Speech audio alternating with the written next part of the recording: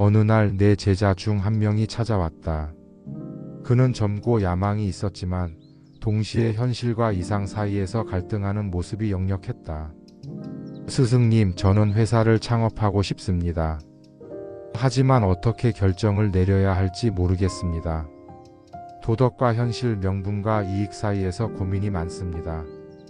나는 그를 잠시 바라보다가 조용히 물었다. 자네는 삼국지에 나오는 조조라는 인물을 어떻게 생각하는가? 제자는 잠시 생각하더니 말했다. 그는 영웅이지만 동시에 냉혹한 인물이기도 합니다. 유비는 덕망을 중시했고 손권은 가문을 지켰지만 조조는 너무 실리적이지 않았나요? 나는 미소를 지으며 고개를 끄덕였다. 바로 그 점이 오늘 내게 해주고 싶은 이야기다. 조조는 냉정한 현실주의자였고 그의 결정 방식은 오늘날 우리에게도 큰 교훈을 준다. 조조의 실리적 사고방식. 조조가 처음부터 강력한 권력을 가지고 있었을 것 같나? 제자는 고개를 저었다. 아닙니다. 그는 한낱 지방 관리였지요. 맞다. 하지만 그는 남들이 보지 못한 기회를 보았고 그것을 잡기 위해 결정을 내렸다. 조조가 젊었을 때의 이야기를 해주마. 조조는 젊었을 때 동탁이 권력을 잡았을 때 그를 암살하려 했다. 하지만 실패하고 도망쳤다. 그 과정에서 친구였던 여백사 집에 머물렀다. 그런데 조조는 이상한 느낌을 받았다. 마국간에서 칼을 가는 소리가 들렸던 것이다. 그는 자신을 죽이려는 음모라고 생각하고 먼저 공격해버렸다. 그러나 나중에 알고 보니 여백사의 가족은 단순히 돼지를 잡으려 했을 뿐이었다. 제자는 깜짝 놀라며 물었다. 그러면 조조는 잘못한 것이 아닙니까?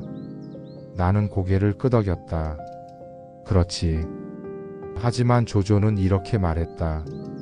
내가 남을 배신하지 않으면 남이 나를 배신할 것이다. 이게 바로 조조의 사고방식이었다. 그는 생존과 성공을 위해 때로는 냉혹한 결정을 내려야 한다고 믿었다. 명분보다 실리를 중시한 조조. 나는 제자의 눈을 바라보며 물었다. 자네가 회사를 창업한다고 했지? 회사를 운영할 때 가장 중요한 것은 무엇이라고 생각하는가? 제자는 잠시 고민하더니 말했다. 좋은 가치를 추구하고 사람들에게 존경받는 것이 아닐까요?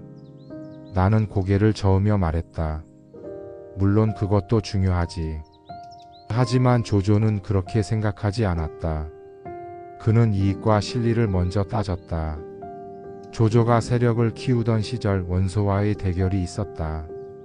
원소는 명문가 출신으로 위롭고 도덕적인 이미지를 가졌지만 조조는 오히려 현실적인 선택을 했다. 조조가 관도대전에서 원소를 이길 수 있었던 이유는 뭘까? 제자는 조금 생각하더니 대답했다. 공격할 타이밍을 잘 잡았기 때문인가요? 나는 미소 지으며 말했다. 그것도 맞다. 하지만 더 중요한 것은 군량을 효율적으로 관리하고 불필요한 싸움을 피한 것이다. 원소는 도덕적 명분을 앞세워 사람을 모으고 대군을 이끌었다. 하지만 조조는 병사들에게 노략질을 허용해 식량을 확보했고 현실적인 방식으로 군대를 운영했다. 결국 원소의 대군은 굶주렸고 내부에서 분열이 일어났다. 나는 다시 물었다. 자네라면 도덕을 지키는 대신 회사를 살리기 위해 어려운 결정을 내릴 수 있겠는가? 제자는 깊은 생각에 잠겼다. 결정을 내리는 기준. 나는 조용히 말을 이어갔다. 조조는 항상 세 가지 기준으로 결정을 내렸다. 이 결정이 나에게 실질적인 이익을 줄 것인가? 현재 상황에서 가장 현실적인 방법은 무엇인가? 장기적으로 봤을 때 이 결정이 내 목표에 도움이 되는가? 나는 미소를 지으며 덧붙였다. 조조는 유비처럼 의리를 강조하지 않았고 손권처럼 가문을 지키려 하지도 않았다. 그는 오직 생존과 성장에 집중했다. 그러니 그의 결정은 감정적이지 않고 철저히 이성적이었다. 조조에게 배우는 현대의 전략적 사고. 자네가 창업을 한다면 여러 가지 어려운 결정을 마주하게 될 것이다. 그때마다 감정에 휘둘려선 안 된다. 실리와 효율을 고려해야 한다. 나는 몇 가지 예를 들었다.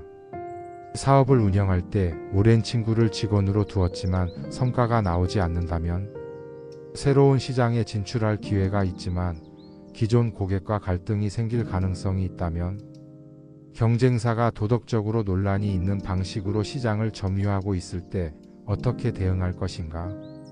이 모든 상황에서 감정이 아닌 냉철한 판단과 실리적인 접근이 필요하다. 조조처럼 실리와 효율을 우선하는 사고방식이 현대 사회에서도 중요한 이유다. 제자는 한참 동안 고민하다가 고개를 들었다. 스승님, 이제 알겠습니다. 저는 좋은 사람이 되고 싶었지만 그보다는 좋은 경영자가 되어야 한다는 것을요. 감정을 배제하고 현실적인 선택을 하는 것이 중요하겠군요. 나는 미소를 지으며 고개를 끄덕였다. 그렇다고 무조건 냉혹해질 필요는 없다. 중요한 것은 균형이다. 도덕을 완전히 버리는 것이 아니라 실리와 도덕을 적절히 조화시키는 것이 진정한 지혜이다. 제자는 깊이 고개를 숙이며 말했다. 오늘 가르침 절대 잊지 않겠습니다. 나는 그를 바라보며 마지막으로 한마디 덧붙였다. 결정을 내릴 때는 조조처럼 생각하되 행동할 때는 자신의 방식대로 하라. 그것이 내가 성공할 수 있는 길이다.